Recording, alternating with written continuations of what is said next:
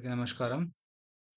ఈ వీడియోలో మైస్క్యూఎల్ అప్లికేషన్‌ని ఎలాగా విండోస్ ఆపరేటింగ్ సిస్టమ్ ఉన్నటువంటి ల్యాప్‌టాప్‌లో ఇన్‌స్టాల్ చేయాలి.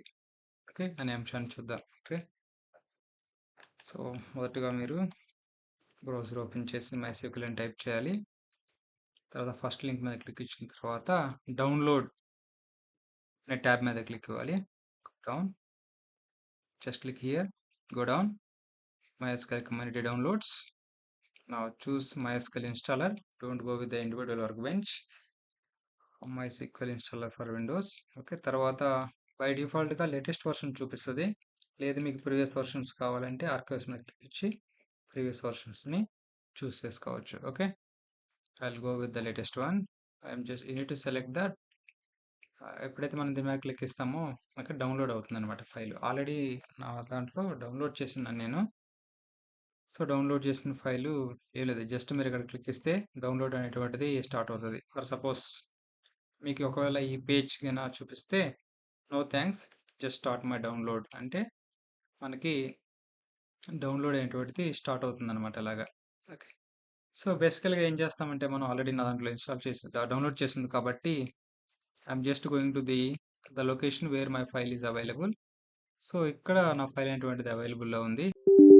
Just clicking on the installation part.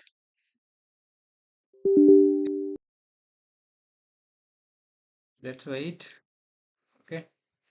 So, మొదటగా మనకి ఈ పేజ్ అనేటువంటిది చూపిస్తదనమాట మనకి. ఓకే. ఫుల్ ఇన్‌స్టాలేషనా? లేదా సర్వర్ ఒక్కటే ఇన్‌స్టాల్ చేద్దాం అనుకుంటున్నావా? కస్టమ్ ఇన్‌స్టాలేషన్ అంటే నువ్వే స్పెసిఫై చేయాలి. వర్క్ బెంచ్, షెల్ ఫైలు అని డిఫరెంట్ ఉంటాయి. ఎప్పుడైతే నేను ఫుల్ మీద క్లిక్ ఇచ్చి నెక్స్ట్ కొడతానో ఇవన్నీ చూపిస్తది. It is asking for the particular path ఎక్కడైతే ఇన్‌స్టాల్ చేయాలో ఆ పాత్ అడుగుతుంది. నెక్స్ట్ ఇవన్నీ ఫైల్స్ ఆటోమేటిక్‌గా ఫుల్ చూజ్ చేసుకున్నప్పుడు ఈ ఆప్షన్స్ అన్నీ చూపిస్తది. ఓకే. ఎగ్జిక్యూట్ మీద క్లిక్ ఇవ్వాలి. తర్వాత ఇవన్నీ నెసెసరీ ఫైల్స్ అన్నమాట. డౌన్‌లోడ్ చేసుకున్న తర్వాత ఆటోమేటిక్‌గా అయిపోతాయి. Will just wait for this particular time. మీకు టైం పట్టే పనైతే వీడియోలో మీరు ఫాస్ట్ ఫార్వర్డ్ చేసి నెక్స్ట్ స్టెప్స్‌కి అనేటువంటివి ఎళ్ళొచ్చు.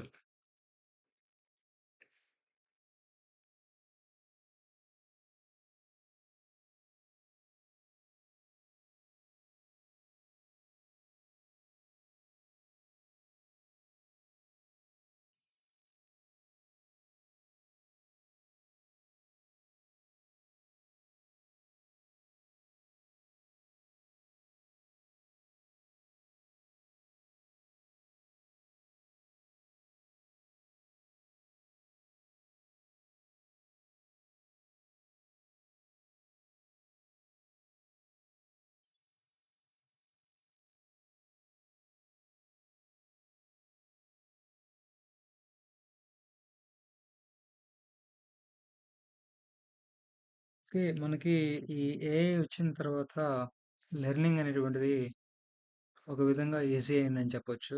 ఓకే. స్టిల్ ఫండమెంటల్స్ అనేటువంటివి మనకి చాలా important.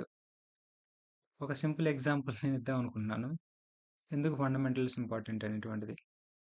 So, when you have a bike మన దగ్గర బైక్ ఉన్నప్పుడు still we should not forget the ground. The ground is like a fundamentals. Okay. ఏదో ఒక దగ్గర నువ్వు ఆపాలి. గ్రౌండ్ మీద రెస్ట్ తీసుకోవాలి. ఓకే. అలాగనమాట. ఓకే. ఎప్పుడైతే మనకు ఫండమెంటల్ స్ట్రాంగ్‌గా ఉంటాయో, ఈ చాట్‌జీపీటీ అప్లికేషన్ మనం ఎఫెక్టివ్‌గా యూజ్ చేయొచ్చు. ఇంకా రీసెంట్ స్టడీస్ ఏం చెప్తున్నాయనంటే, సో, స్టిల్ ఈ లెర్నింగ్ కర్వ్ అనే దాంట్లో ఇనీక్వాలిటీ అనేటువంటిది ఎక్కువైపోతుందని. ఎందుకనంటే, ఎవరికైతే ఆల్రెడీ ఫండమెంటల్ నాలెడ్జ్ ఉందో, డొమైన్ ఎక్స్‌పర్టైజ్ ఉన్నారో, వాళ్ళు ఈ అప్లికేషన్‌ని చాలా అడ్వాన్స్‌డ్‌గా యూజ్ చేస్తున్నారు చాట్‌జీపీటీని. ఇంకా అడ్వాన్స్‌డ్ ఎగ్జిస్టింగ్ ఏఐ అప్లికేషన్స్‌ని. సో, చాట్‌జీపీటీ అప్లికేషన్‌ని డొమైన్ నాలెడ్జ్ లేని వాడి ముందు, అదేవిధంగా డొమైన్ ఎక్స్‌పర్ట్ దగ్గర ఉంచినప్పుడు, డొమైన్ ఎక్స్‌పర్ట్ దాన్ని నెక్స్ట్ లెవెల్‌కి యూజ్ చేస్తాడు. ఓకే. ఈ విధంగా నాలెడ్జ్‌లో వాళ్ళు ఒక లెవెల్ ముందుకెళ్ళిపోతున్నారు ఫాస్టర్‌గా. సో, ఈ నాలెడ్జ్ గ్యాప్ అనేటువంటిది క్రియేట్ అవుతుంది. అందుకనే ఫండమెంటల్స్ అనేటువంటివి ఇంకా కూడా ఇంపార్టెంట్. లేదంటే చాట్‌జీపీటీ జనరేట్ చేసిన అవుట్‌పుట్‌ని మనం సరిగ్గా అర్థం చేసుకోలేని స్థితిలో ఉంటామనమాట. బట్ ఫండమెంటల్స్ ఎప్పుడైతే ఉంటాయో, మనం ప్రాపర్ ప్రాంప్ట్ రాయొచ్చు. వచ్చినటువంటి అవుట్పుట్ని ప్రాపర్గా యూస్ చేయొచ్చు. అర్థమైందా? Hope you will follow.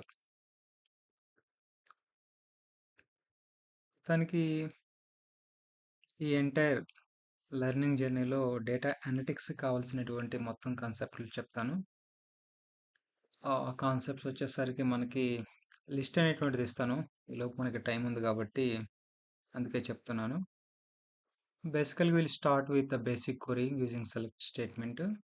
దాని తర్వాత డేటాని ఎలా ఫిల్టర్ చేయాలి. డేటా ఫిల్టరింగ్ అంటే ఏం లేదు. నా దగ్గర ఒక 100 రికార్డ్స్ ఉన్నాయనుకో. నాకు స్పెసిఫిక్ రికార్డే కావాలనుకో. ఐడీ నంబర్ 3 ఉన్నది. ఫిల్టరింగ్ అంటాం దాన్ని. ఓకే.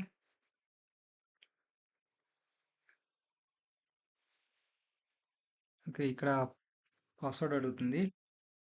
ఏదైనా సింపుల్ పాస్వర్డ్ చూజ్ చేసుకోండి. మర్చిపోవద్దు ఇక్కడ ఉన్నటువంటి పాస్వర్డ్‌ని. ఉన్న పాస్వర్డ్‌ని చేంజ్ చేసుకోవచ్చు కానీ మర్చిపోతే సర్వర్ ఫైల్‌ని మనం రిమూవ్ చేసి మళ్ళీ install చేసుకోవాల్సొస్తది.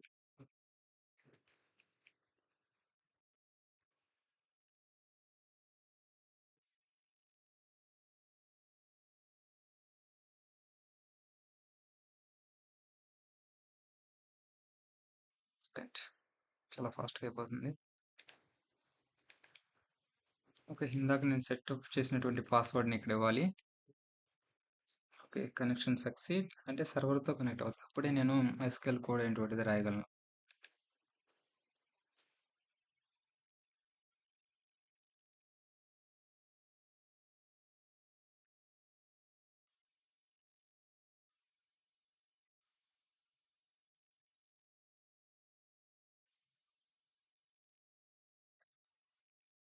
Next. Okay. Finish. Okay. ఈ విధంగా మనకి MySQL షెల్ అనేటువంటిది ఓపెన్ అవుతది. Will wait for the workbench or place where we will write our SQL code. Okay. So, local instance MySQL 80 ఇది మన ఇన్‌స్టాన్స్ పేరు. ఓకే. ఆహ్,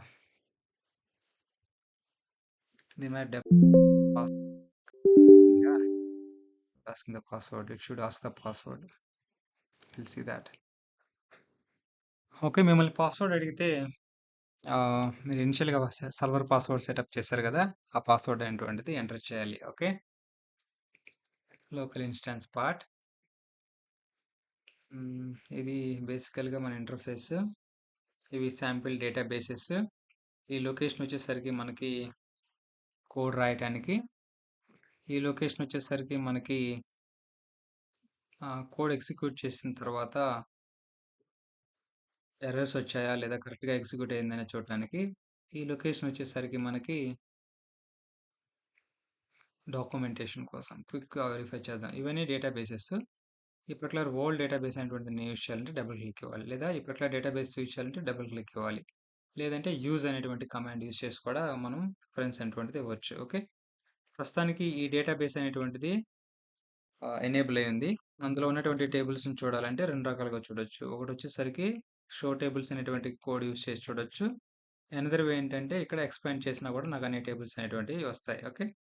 సింపుల్‌గా యాక్టర్ అనేటువంటి టేబుల్‌లో ఉన్నటువంటి డేటాని నేను తెచ్చుకోవాలనంటే సెలెక్ట్ అనేటువంటి కమాండ్ వాడాలి. ఓకే. ఫర్ సపోజ్ యాక్టర్ అనేటువంటి టేబుల్‌లో కాలమ్స్ వచ్చేసరికి ఓకే. దీస్ మెనీ కాలమ్స్ ఉన్నాయి. ఓకే. ఇప్పుడు నేనేం చేస్తానంటే అన్ని కాలమ్స్ కావాలంటే స్టార్ అని చెప్పాలి. ఓకే. స్టార్ అని ఎంటర్ చేసిన తర్వాత ఇది అన్ని కాలమ్స్‌ని మనకు తీసుకొస్తుంది. సెలెక్ట్ అనగానే సరిపోదు. దానికేంటంటే మనం ఆ టేబుల్ పేరు కూడా ఇవ్వాలి ఇమ్మీడియేట్‌గా. ఓకే. రాసి ఇలాగ సెమీకోలన్ ఇవ్వాలి. అంటే ఇది ఒక క్వెరీ, ఇది ఒక క్వెరీ అన్నమాట. ఈ క్వెరీ ఏమో టేబుల్స్‌ని డిస్‌ప్లే చేయడానికి, ఇదేమో టేబుల్‌లో ఉన్నటువంటి డేటాని డిస్‌ప్లే చేయడానికి. ఓన్లీ ఈ క్వెరీని నేను ఎగ్జిక్యూట్ చేద్దాం అనుకుంటున్నాను కాబట్టి, దీని వరకు సెలెక్ట్ చేసి, దీని మీద క్లిక్ కొట్టాలి. లేదా కంట్రోల్ ప్లస్ ఎంటర్ కొట్టినా కూడా మనకి అవుట్‌పుట్ అనేటువంటిది వస్తది. చూడండి ఎంత సింపులో. డేటాని తీసుకురావటం. దీన్నేముంటది ఎప్పుడైతే నేను క్వెరీ రన్ చేస్తానో, ఇది ఆ పర్టిక్యులర్ డేటాబేస్‌కి వెళ్ళి, ఆ డేటాబేస్‌లో ఉన్నటువంటి టేబుల్ ఏదైతే ఉందో నేను ఇక్కడ రాసింది, ఆ టేబుల్ డేటాని మనకి తీసుకొచ్చి ఇక్కడ చూపిస్తుందన్నమాట. ఓకే. ఇక్కడ గ్రీన్ కలర్‌లో చూడొచ్చు మనం. క్వెరీ ప్రాపర్‌గా ఎగ్జిక్యూట్ అయిందో లేదో. Okay. For suppose select statement ఎలా రాయాలో తెలియట్లేదు. ఇక్కడ సెలెక్ట్ అని క్లిక్ చేయగానే కొంచెం రిఫరెన్స్ మెటీరియల్ అనేటువంటిది మనకొస్తది.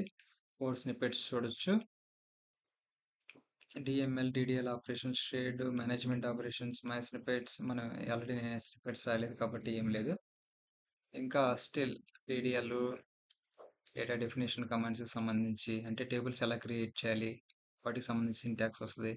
ఇవన్నీ కూడా మనం ఇక్కడ నుంచి రిఫరెన్స్ తీసుకోవచ్చు కావాలంటే. ఓకే, అది మొత్తానికి ఇన్స్టాలేషన్కి సంబంధించి.